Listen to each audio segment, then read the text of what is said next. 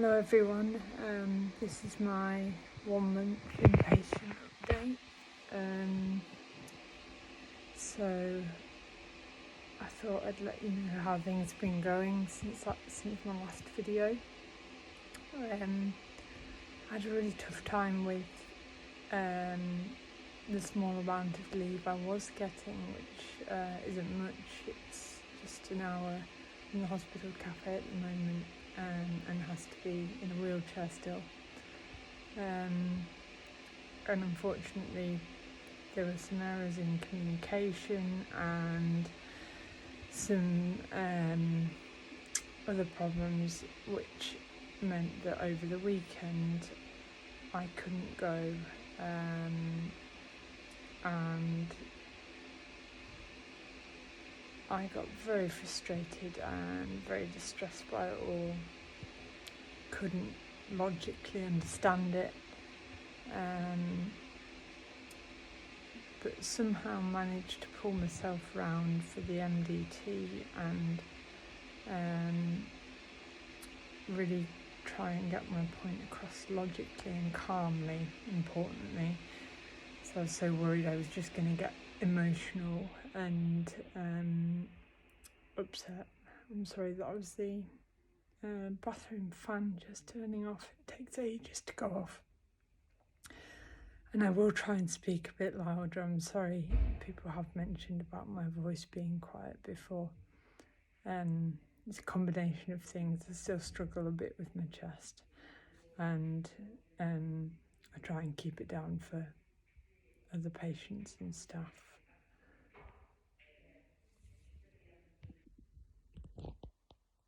So I think the mistakes with leave hit me so hard because when you're already so restricted, not only by your illness, by the anorexia, but by also being impatient, and even when you're informal, that comes with restrictions. And the way that it had happened had triggered a lot of the things that trigger the stress that I experience in autism. So, for example, uncertainty, when plans change suddenly, and inconsistency, and those were the things. And basically it just led to a very rapid downward spiral in my mood. I had just started to wear dresses and things again, and stopped that, stopped watching documentaries, I stopped watching television, which were all things that I hadn't done for months before coming into the inpatient unit, and had only just sort of restarted as my confidence was growing a bit. Fortunately, since that MDT and since things have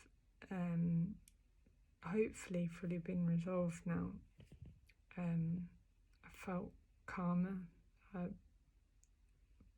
I bought some new makeup. You might remember me saying the last makeup I hadn't used for so long, it dried up, so I put that on today. I made a bit more of an effort, put a dress on, just a Tesco's dress, and yeah, did my hair, not that you can tell now at this end of the day, and I've even started doing drawing, which I'm hoping to give to my mum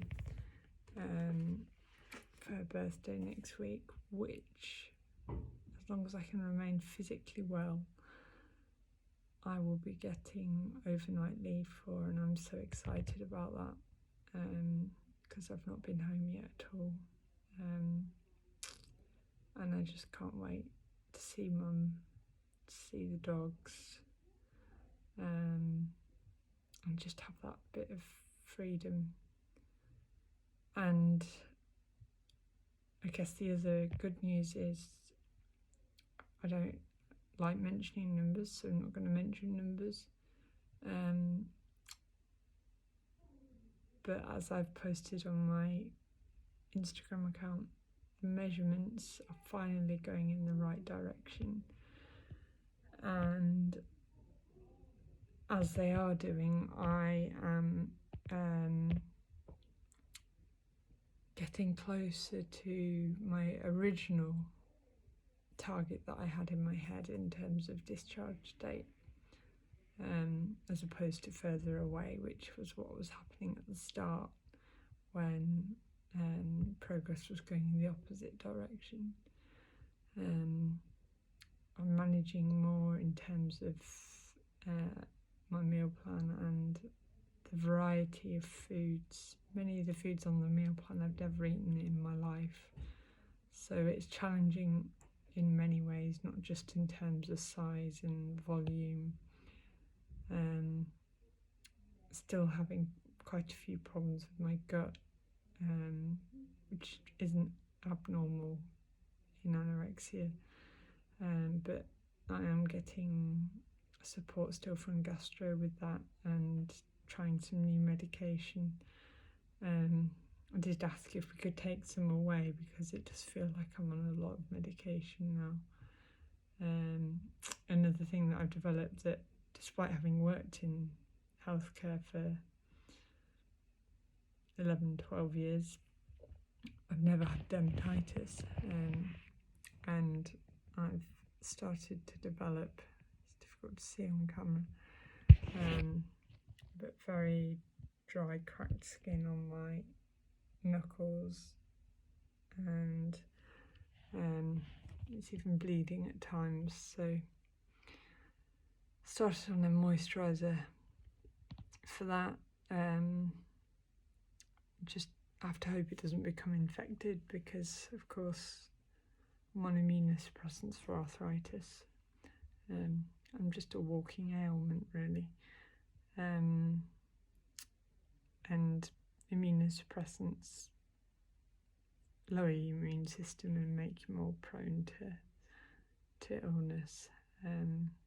There's many things that could have contributed: malnutrition, stress.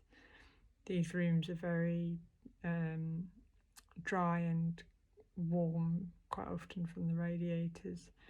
So I've often been asked why my sleeves are always rolled up, and it's because the bedrooms are warm and I spend the majority of the time in my room. I don't tend to leave it unless I have leave. Partly out of choice and partly out of other reasons to do with autism and to do with work. So that's where we're at. Lovely last minute friend visit yesterday, and some gorgeous gifts from my godchildren, who I'm really missing as well. And their mum and dad has been a huge help to us, huge help to mum whilst I've been here, not able to walk my dogs and things, and they've been great with that, and I'm just so appreciative, so appreciative, and so appreciative of all the cards and things that have been sent. I just did never expect it. Somehow you expect it with physical illness, but when it comes to mental illness, certainly when I've been at work, I've noticed that patients don't seem to get cards in the way they would if they were in general hospital, which is sad. But I clearly haven't been forgotten. In fact, I'll show you the latest card wall, which has grown, and lots of pictures from my godchildren up there now as well. So let me try and show you.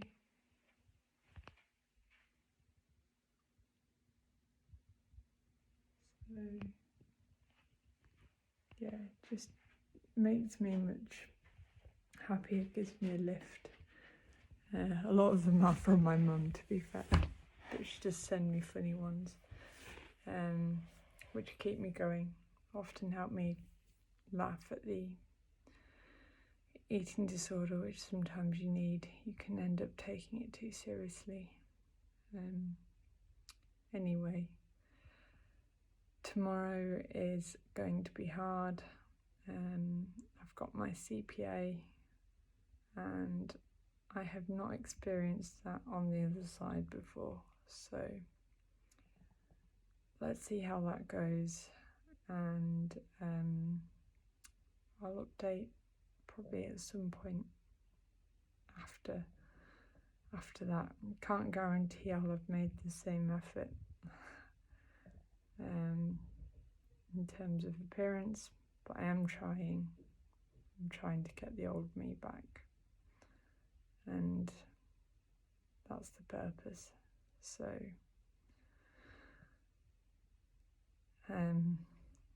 National Eating Disorder Awareness Week, of course, so anyone suffering, watching this, I'll say it again, I said it last time, get the help now.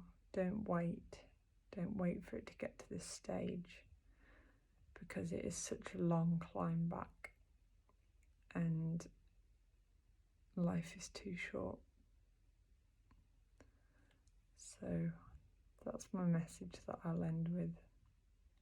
And if someone's not helping you, if you're not getting help from one health practitioner, pursue another, ring beat, get advice.